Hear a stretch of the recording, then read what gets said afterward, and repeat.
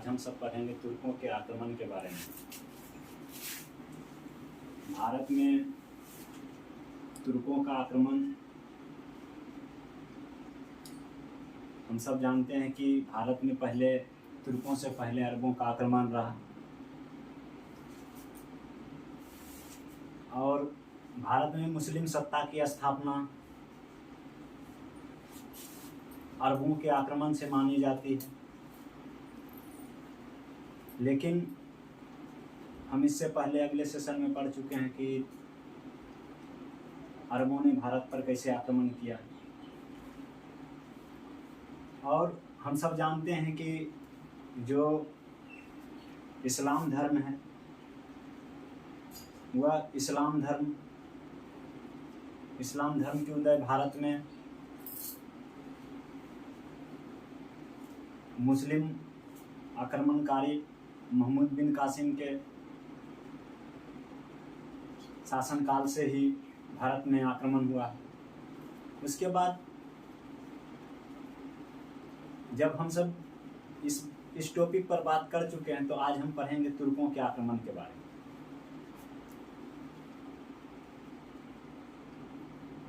अरबों के बाद तुर्कों ने भारत पर आक्रमण किया। तुर्कों ने जो भारत पर आक्रमण किया, ये जो तुर्की आक्रमण थे, तुर्की आक्रमण जो तुर्क लोग थे या तुर्क लोग भारत के पड़ोसी देश जो चीन है,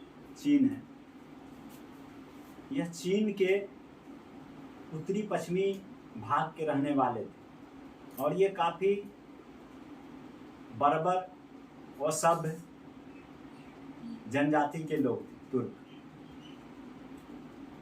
और जो तुर्क मुसलमान हैं, जो तुर्की लोग हैं, वह पहले तुर्क में जो इस्लाम धर्म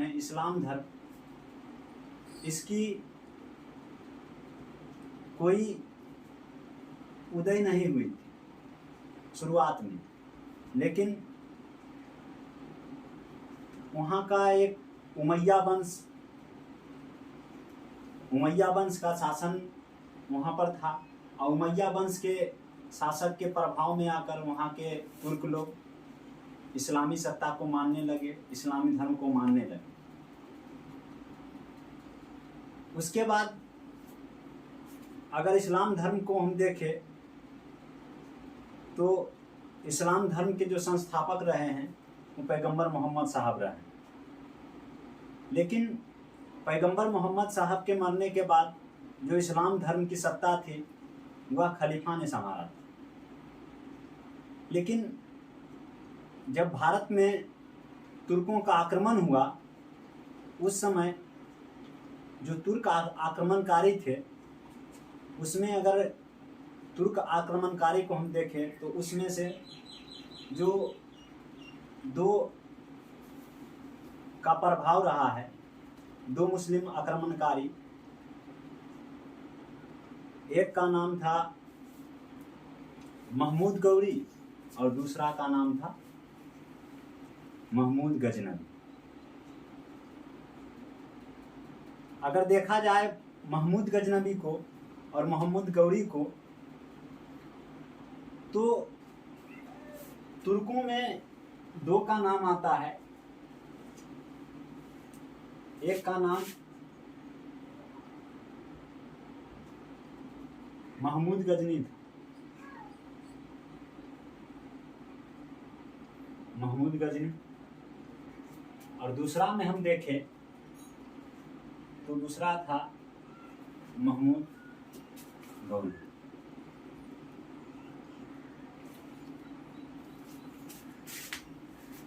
अगर महमूद गजनी की बात की जाए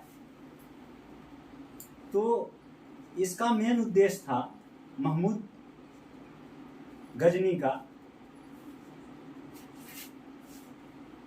भारत में, इनका उद्देश्य था भारत से धन लूटना और मध्य एशिया में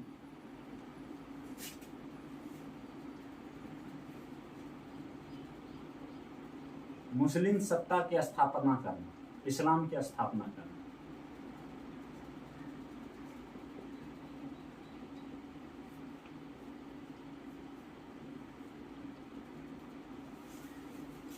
अगर वही हम महमूद गौरी की बात करें तो महमूद गौरी जो भारत में आक्रमण किया,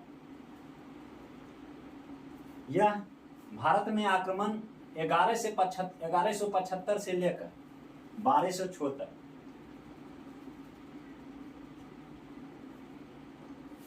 आक्रमण किया। इनका उद्देश्य था भारत में इस्लाम धर्म स्थापित करना।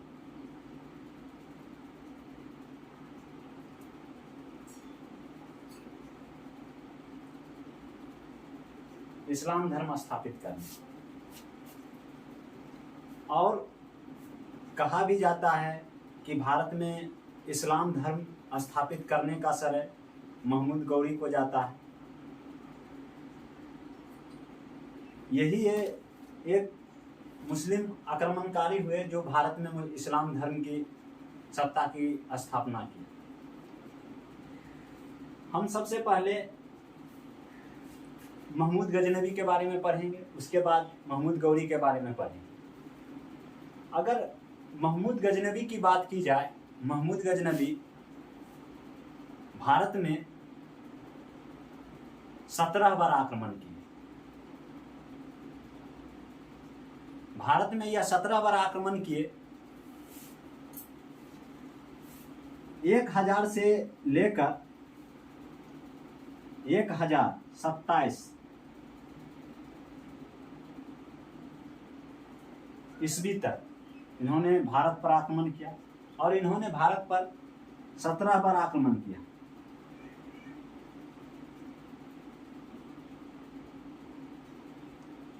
और 17 बार आक्रमण करने के दौरान इन्होंने 17 बार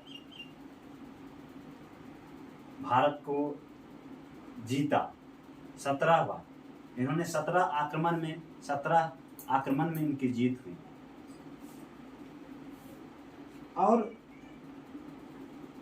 कहा जाता है कि जब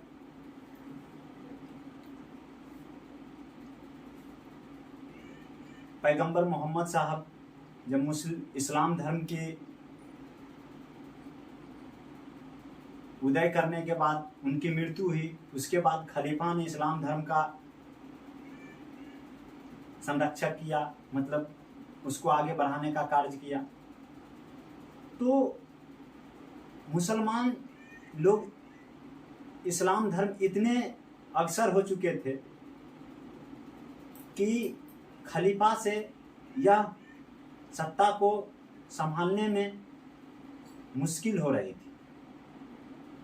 तो खलीफा के बाद गजनवी, महमूद गजनवी ने इसको आगे बढ़ाया। कहा जाता है महमूद गजनवी को प्रथम तुर्क आक्रमणकारी हुए जिन्होंने इस्लाम धर्म को आगे बढ़ाया।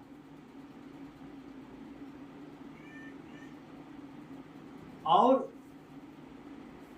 इनको अगर हम गजनवी सल्तनत की बात करें तो इन्हें जो गजनवी सल्तनत की जो प्रमाण पत्र प्राप्त हुआ था, इन्होंने इसको खलीफा ने दिया।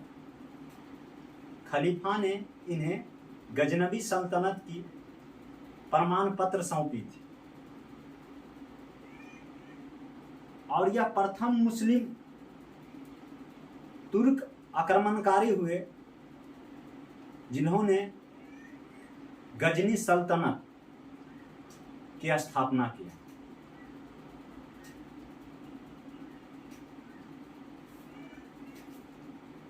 उसके बाद अगर हम गजनी सल्तनत की देखें तो महमूद गजनबी ने भारत पर आक्रमण करना शुरू किया, और जब यह भारत पर आक्रमण करना शुरू किया तो इन्होंने सबसे पहला आक्रमण 1000 ईस्वी में किया। सबसे पहला आक्रमण 1000 ईस्वी में किया।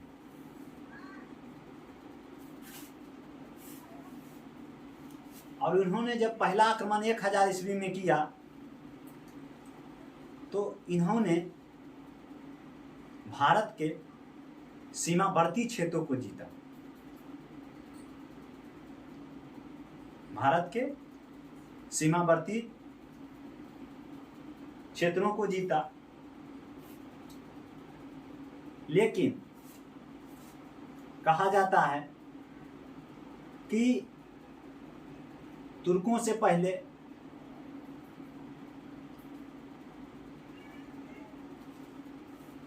तुर्क आक्रमणकारी जो हुए,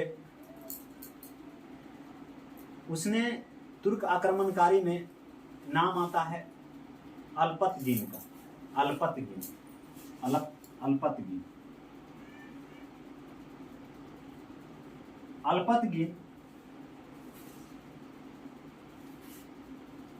अफगान क्षेत्र में, अफगान में जो अभी वर्तमान में अफगानिस्तान कहलाता है, वहां पर तुर्क आक्रमणकारी अल्पतगिन ने आक्रमण किया। कहा जाए तो तुर्क आक्रमणकारी बहुत हुए। अल्पतगिन के बाद नाम आता है इसहाक का।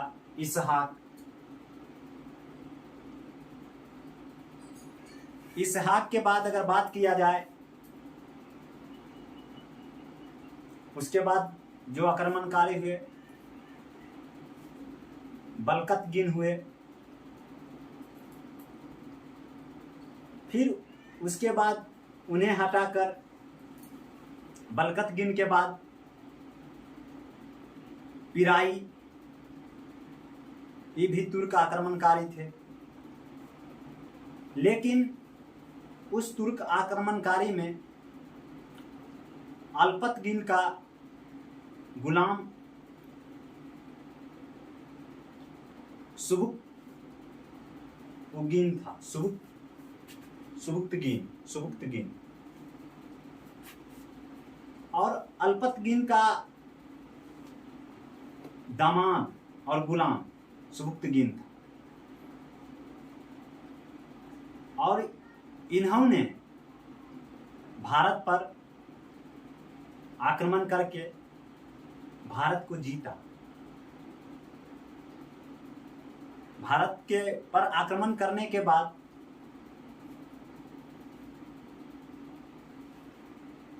और उन्हीं का बेटा था जिनका नाम था महमूद गजनी। महमूद गजनबी 998 ईस्वी में राजगद्दी पर बैठा।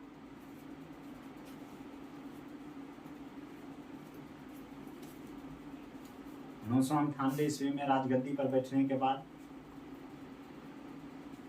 इन्होंने सबसे पहला आक्रमण 1000 ईस्वी में किया। और आक्रमण करने के बाद भारत के सीमावर्ती क्षेत्रों को जीता। उसके बाद सीमावर्ती क्षेत्र में जीतने का इसका एक मतलब था, इसका एक उद्देश्य था, अगर हम भारत के सीमावर्ती क्षेत्रों को जीत लेंगे तो हमें भारत में आने जाने किस लिए जा रहे हैं, काहे जा रहे हैं, क्यों जा रहे हैं। जीत के इन्होंने अपना ये उद्देश्य को पूरा कर लिया ताकि इन्हें कोई भारत में आने जाने से ना रोके।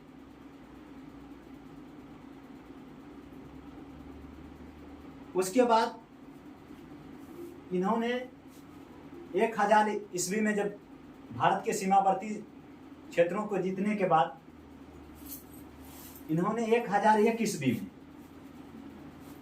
1001 ईस्वी में पंजाब के हिंदुशाही राजा जयपाल, उस समय 1001 ईस्वी में इन्होंने पंजाब के हिंदुशाही राजा जयपाल के विरुद्ध जब इन्होंने आक्रमण किया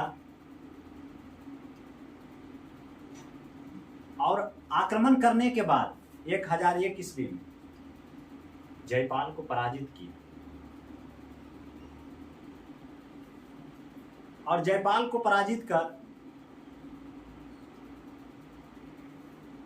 इन्होंने पंजाब को जीता।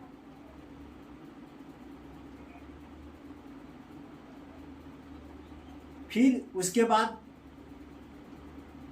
जयपाल का बेटा आनंदपाल थे। फिर इन्होंने जब जयपाल का बेटा जो आनंदपाल था हिंदुशाही जो वहाँ का शासन था, वहाँ का हिंदुशाही शासन में जयपाल का बेटा आनंदपाल ने उसका उत्तराधिकारी बना। और कहा जाता है कि आनंदपाल को भी 1009 ईस्वी में महमूद गजनवी ने पराजित किया।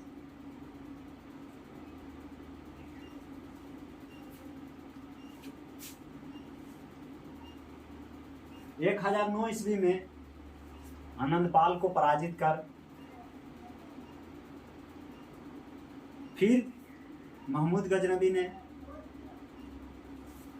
1008 ईस्वी में 1008 ईस्वी में 1008 ईस्वी में नगरकोट पर हमला किया। नगरकोट पर 1008 ईस्वी में हमला करने के बाद नगरकोट को भी जीता। महमूद गजनवी धीरे धीरे जितने भी आक्रमण कर रहे थे उनमें उनको जीत मिल रही थी और इस जीत के कारण वह उत्साहित होकर इसी तरह आगे बढ़ते गए। उसके बाद 1008 के बाद 1014 में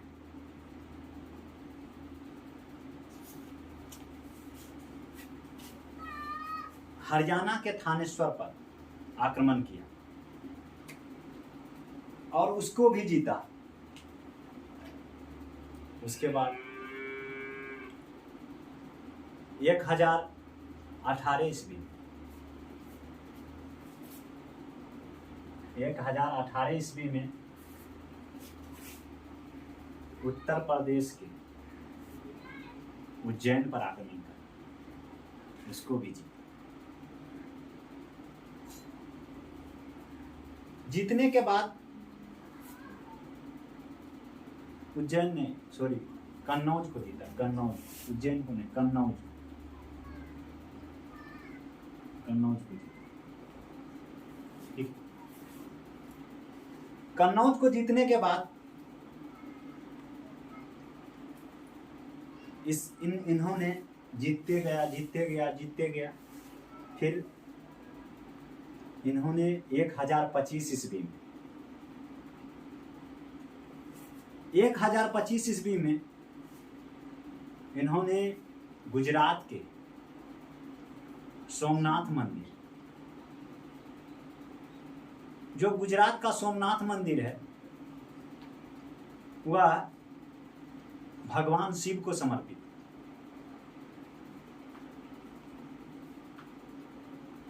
इन्होंने 1025 में गुजरात के सोमनाथ मंदिर,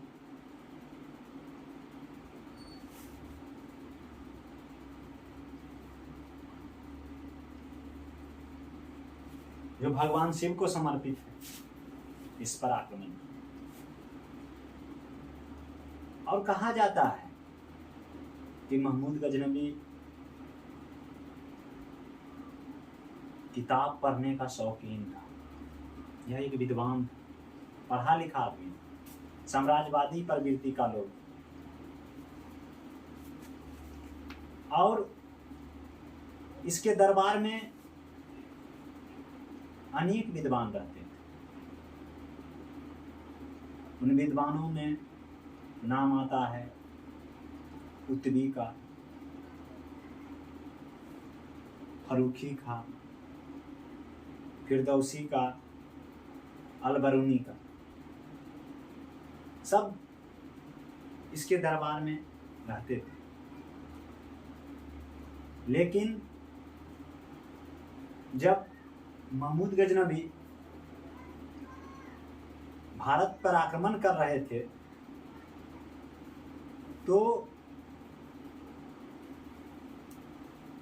इनके साथ जो भी विद्वान थे, इनके साथ भारत आए थे। उसमें से एक विद्वान फिरदौसी था,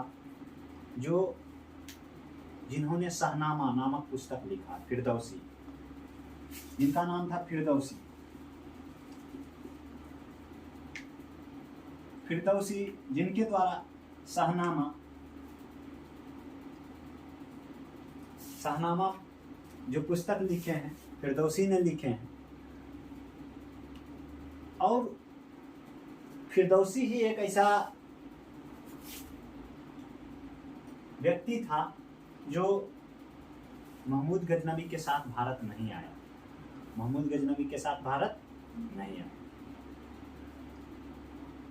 तो यह किताब पढ़ने के शौकीन जब था महमूद गजनवी, तो यह किताब में सुना था, पढ़ा था कि भारत एक सोने का चिड़िया।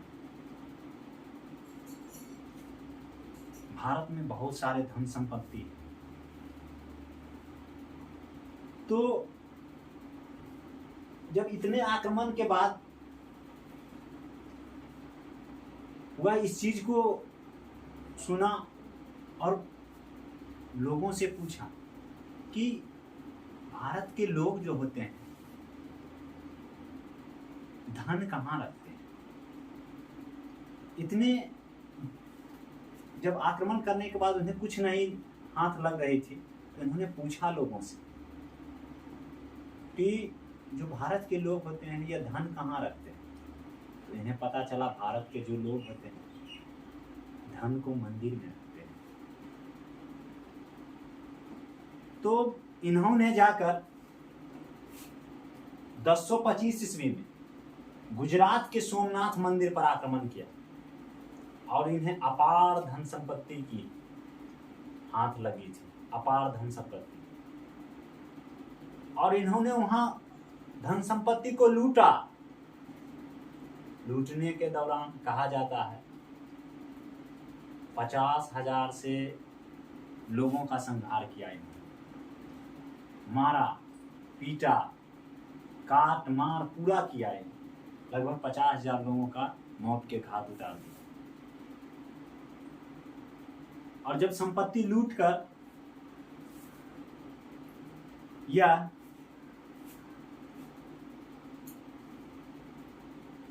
भारत से सिंध के रास्ते, जब यह सिंध के रास्ते तुर्क जा रहे थे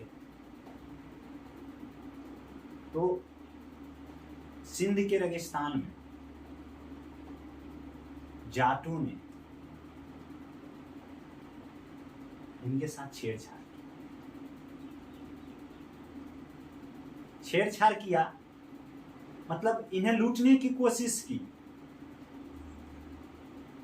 लेकिन यह बहुत होशियार था। यह जानता था कि मेरे पास धन संपत्ति है, अगर हम इसमें उलझेंगे तो सारी धन संपत्ति मेरी बिखर जाएगी, इधर उधर हो जाएगी। और इन्होंने चुपचाप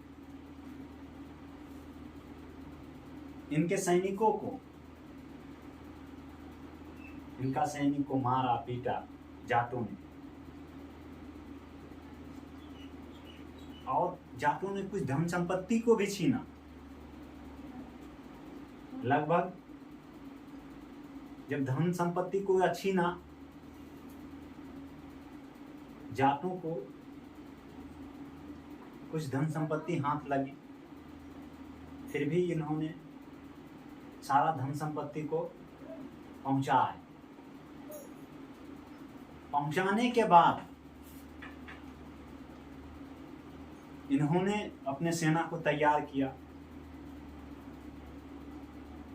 और सेना को तैयार करने के बाद जाटों के विरुद्ध इन्होंने 1027 ईस्वी जाटों के विरुद्ध 1027 ईस्वी में आक्रमण किया।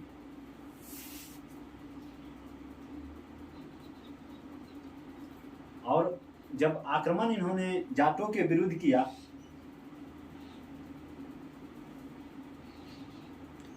और इनका यह अंतिम आक्रमण था।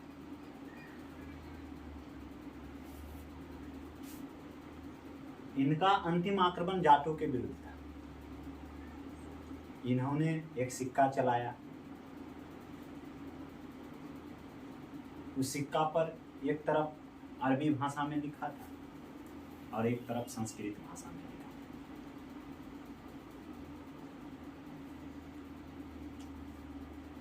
था। और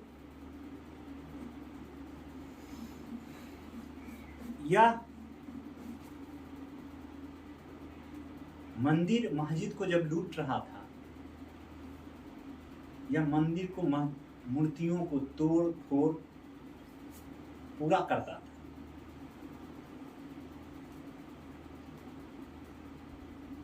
इसी कारण इसे मूर्ति भंजक भी कहा जाता है, मतलब मूर्तियों को तोड़ने वाला। और इसने जब मूर्तियों को तोड़ा तो इन्होंने मूर्ति तोड़ने के दौरान मूर्ति भंजक यानी कहा जाता है बुद्ध किशन की उपाधि धारण की,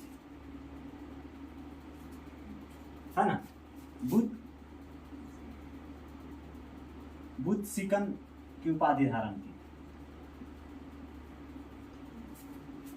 इसे बुद्ध शिकन भी कहा जाता है। मूर्तियों को तोड़ने, उसके बाद इन्होंने यामिनी उद्दौला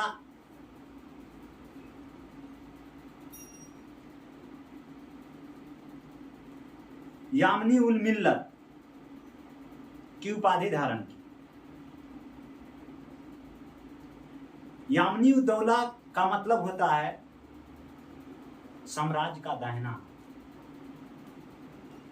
और यामिनी उल मिल्लत का मतलब होता है मुसलमानों का संरक्षक। तो हम सब ने देखा महमूद गजनवी किस तरह से भारत पर आक्रमण किया और किस तरह से भारत को लूटा। उसके बाद